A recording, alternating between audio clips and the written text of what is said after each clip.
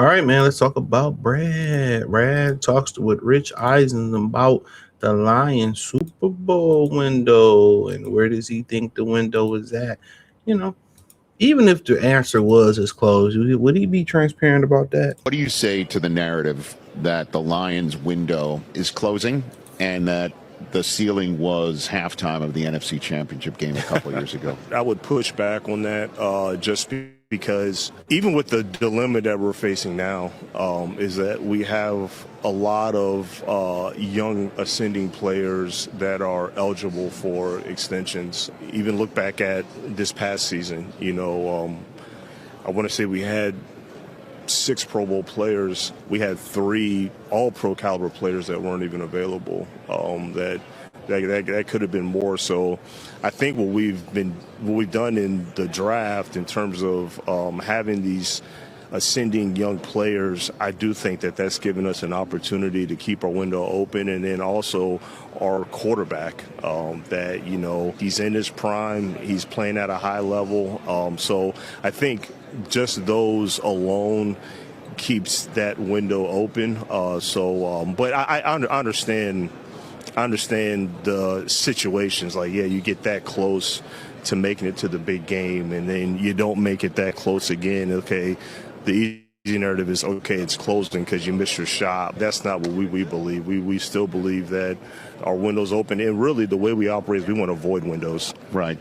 And, Drew Petzing's now in here, right? You like the hire, clearly. You're the general manager here. Yeah. Is he gonna bring something similar to what Lions fans are used to? Our fans are used to our offense scoring a lot of points and being explosive, and I think Drew Petzing, he checks all those boxes. What was impressive about him is not only his intelligence, his command, his attention to detail, but his knowledge of every single component on the offensive side of the ball. So it's not just like the formation that you design or the play that you design. It's understanding protections and understanding every minute detail of a running back track or he understands all that. So he just checked those boxes, and it was an exhaustive, long search that we did, very extensive search with a lot of great candidates, and he was one of the earlier ones that we had interviewed. Yeah. And so the mere fact that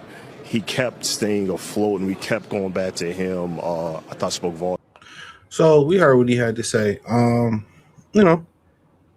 He kind of understands where fans are at with it. I think he understands the fan base. I think he said he had a family member that played here and told him how, when he took the job, how passionate the fans are. He's aware how hurt the fans are.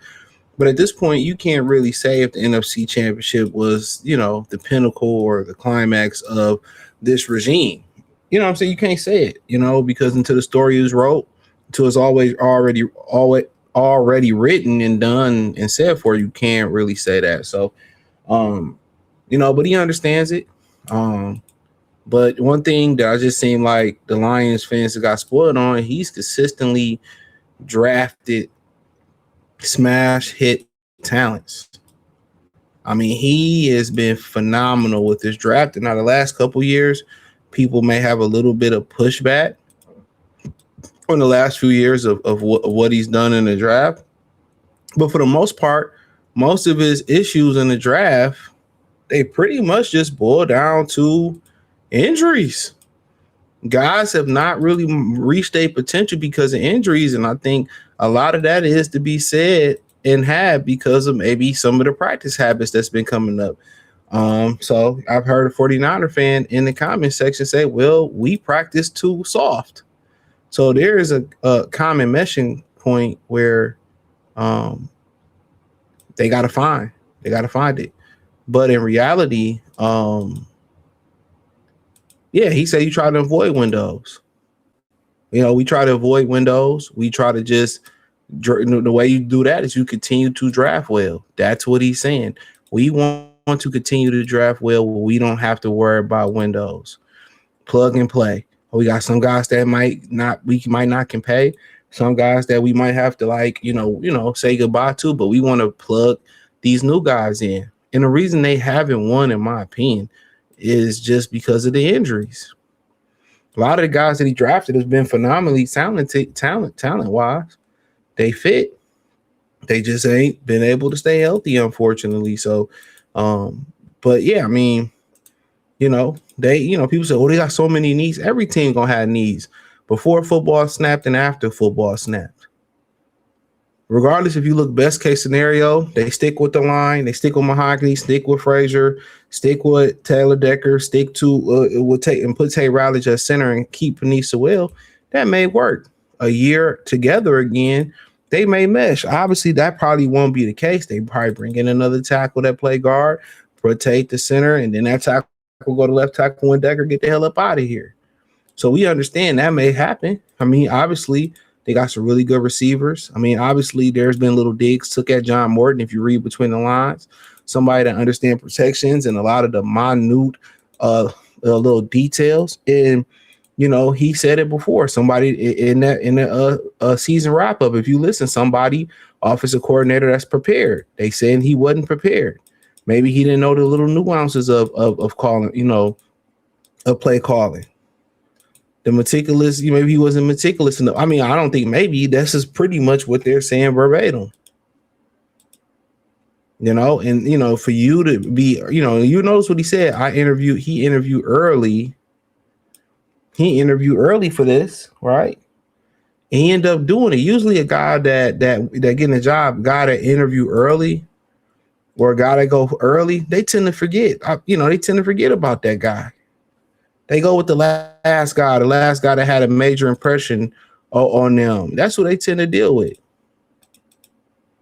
So that's but that lets you know how much he stood out. And after all the guys they interviewed, he was the guy. So we'll see. Obviously he got an uphill battle to chase because most fans don't like him. But most fans forget if he's successful, most fans don't act like they wanted him. If he isn't successful, most fans gonna say we never wanted him. But the windows is open by drafting well. That's what windows are open by. Windows are open by drafting well.